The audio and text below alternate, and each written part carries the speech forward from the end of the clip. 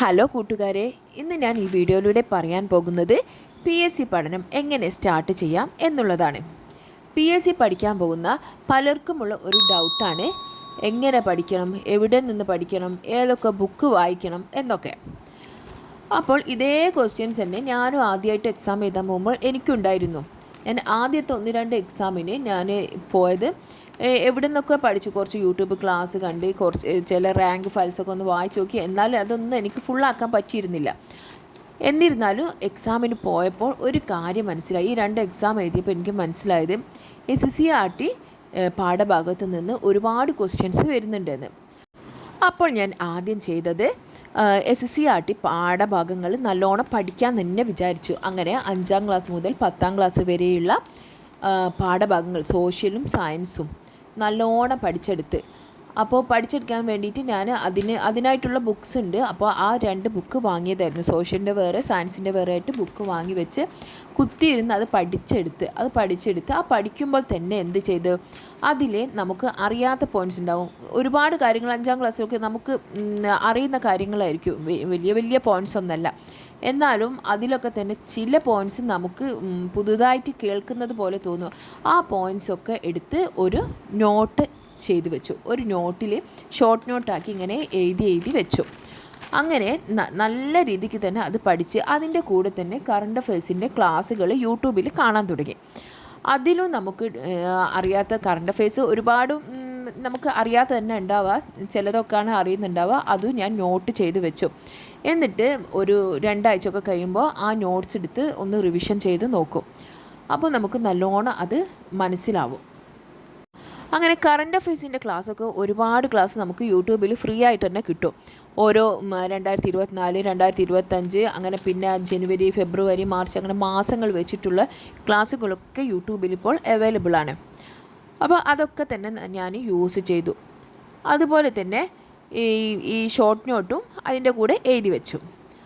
അങ്ങനെ പിന്നെ മാത്സ് ആണെങ്കിൽ മാത്സ് ഒരുപാട് ക്ലാസ് യൂട്യൂബിലുണ്ട്. അതിൽ നമ്മൾ ഓരോരുത്തർക്കും മനസ്സിലാവുന്ന ഏതാണോ ക്ലാസ് എന്ന് നമ്മൾ തന്നെ ചൂസ് ചെയ്യണം. എന്നിട്ട് അതിൻ്റെയും ഷോർട്ട് നോട്ട് എഴുതി വെക്കണം. മാത്സിൻ്റെ ഷോർട്ട് നോട്ട് എഴുതി വെക്കുമ്പോൾ നമ്മൾ ഇക്വേഷൻസ് മാത്രം എഴുതി വെച്ചാൽ പോരാ, അതിൻ്റെ താഴത്ത് ഒരു മോഡലും ചെയ്യണം. ഇക്വേഷൻസും അതിൻ്റെ മോഡൽ ക്വസ്റ്റ്യന് ഒന്ന് എഴുതി വെക്കണം. എന്നാലേ നമുക്ക് പിന്നീട് റിവിഷൻ ചെയ്യുമ്പോൾ അത് എന്താണെന്ന് മനസ്സിലാവൂ.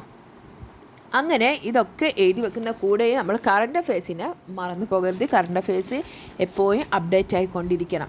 പിന്നെ ചരിത്രവും സയൻസൊക്കെ ഒരു പ്രാവശ്യം എഴുതി വെച്ചാൽ മതിയല്ലോ. കാരണം ചരിത്രവും പിന്നെ സയൻസിലുള്ള പല ഭാഗങ്ങളും പിന്നെ മാറി വരുന്നില്ല. അത് തന്നെയാണ് ഉണ്ടാവുക. ചരിത്രമൊന്നും, ഇന്ത്യൻ ചരിത്രവും കേരള ചരിത്രമൊന്നും മാറുന്നില്ലല്ലോ. അപ്പോൾ അത് നമ്മൾ പഠിച്ചത് നമുക്ക് എല്ലാ എക്സാംസിനും യൂസാവും. വീണ്ടും എക്സാം അടുക്കുമ്പോൾ ഒന്ന് റിവിഷൻ ചെയ്ത് നോക്കിയാൽ മതി.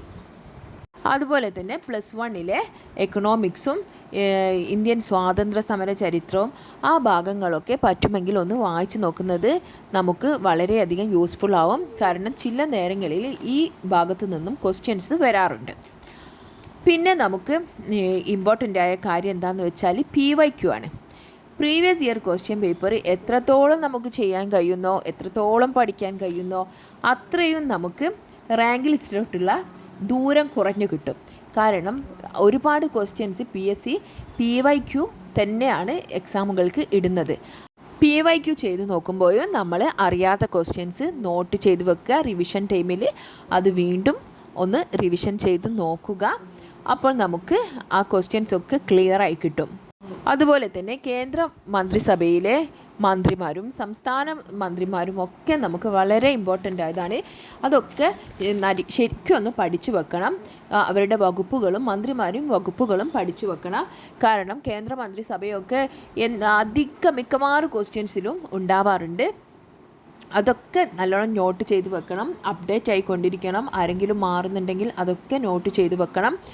അതുപോലെ തന്നെ പിന്നെ നമുക്ക് ഏറ്റവും കൂടുതൽ നമ്മെ അലട്ടുന്നതാണ് എക്സാമിൻ്റെ തലേ ദിവസം, അതിൻ്റെ 2 ദിവസം മുമ്പൊക്കെ എന്ത് പഠിക്കണം എന്നുള്ളത്.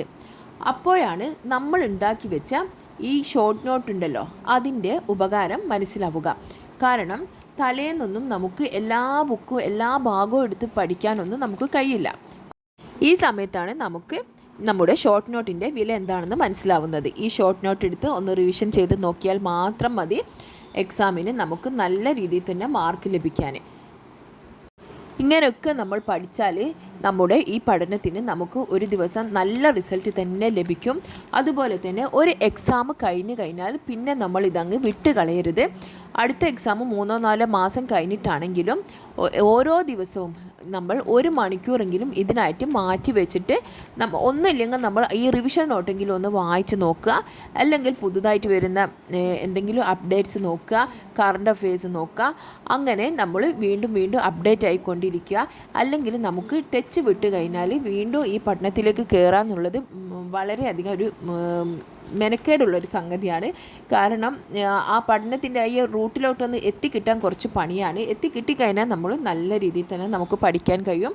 അതുകൊണ്ട് നിങ്ങൾ ഒരിക്കലും ടച്ച് വിടാതിരിക്കുക. ജോലി കിട്ടുന്നത് വരെ നല്ല രീതിയിൽ പഠിക്കുക. അപ്പോൾ എല്ലാവർക്കും ഈ വർഷം തന്നെ ജോലി കിട്ടട്ടെ എന്ന് ആശംസിക്കുന്നു. Thanks for watching.